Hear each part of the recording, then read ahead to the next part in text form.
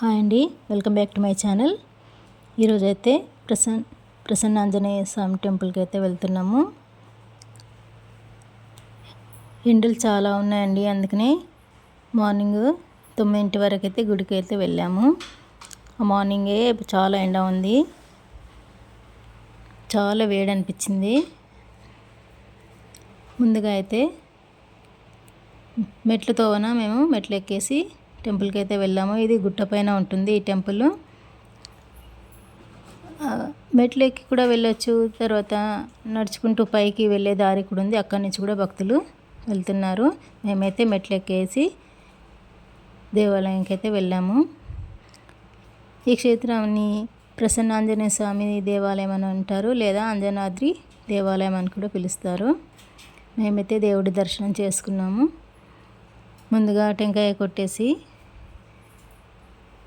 దేవుడికైతే తమలపాకు మాల సమర్పించాము, అర్చన చేయించుకున్నాము. అర్చన అయితే చేయించుకొని తీర్థ ప్రసాదం అయితే తీసుకున్నాము. ఇక ఆంజనేయ స్వామి వారికి ప్రదక్షిణలు చేసే వాళ్ళు అయితే ప్రదక్షిణలు చేస్తున్నారు గుడి చుట్టూ. మేము కూడా ప్రదక్షిణ చేసుకొని తీర్థ ప్రసాదం అయితే తీసుకున్నాము. పక్కనే అనంత పద్మనాభ స్వామి దేవాలయం అయితే ఉంటుంది. ఇక్కడ కూడా చాలామంది భక్తులు పూజలు చేసుకుంటున్నారు, ప్రదక్షిణలు కూడా చేస్తున్నారు.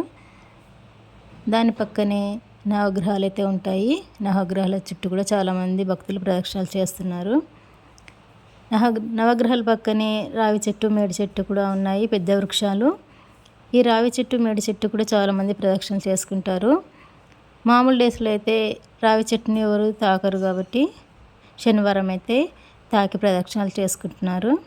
శనివారం ఒకరోజే రావి చెట్టును తాకే అవకాశం ఉంటుంది కాబట్టి అక్కడ కూడా ప్రదక్షిణలు చేసుకున్నారు. నేను కూడా ప్రదక్షిణలు చేసేసి ఇక కొద్దిసేపు టెంపుల్లో కూర్చున్నాము. టెంపుల్కి అయితే వస్తే కొంచెం మనసు ప్రశాంతంగా అనిపిస్తుంది.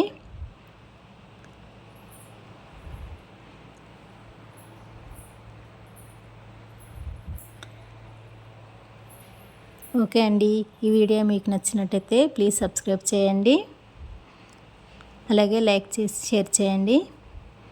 చాలామంది అయితే వీడియో చూస్తున్నారు కానీ ఎవరు లైక్ చేయట్లేదండి. ప్లీజ్ ఒక చిన్న లైక్ ఇవ్వండి, ప్లీజ్ అండి, చిన్న లైక్ ఇవ్వండి. ఓకే అండి, ఇక దర్శనం చేయించుకొని ఇంటికైతే బయలుదేరాము. ఇంటికి వచ్చేసరికి ఎండ చాలా ఎక్కువ అయిపోయింది, టైం బాగా అయిపోయింది. ఇక తొందరగా ఇంటికైతే వచ్చేసాము.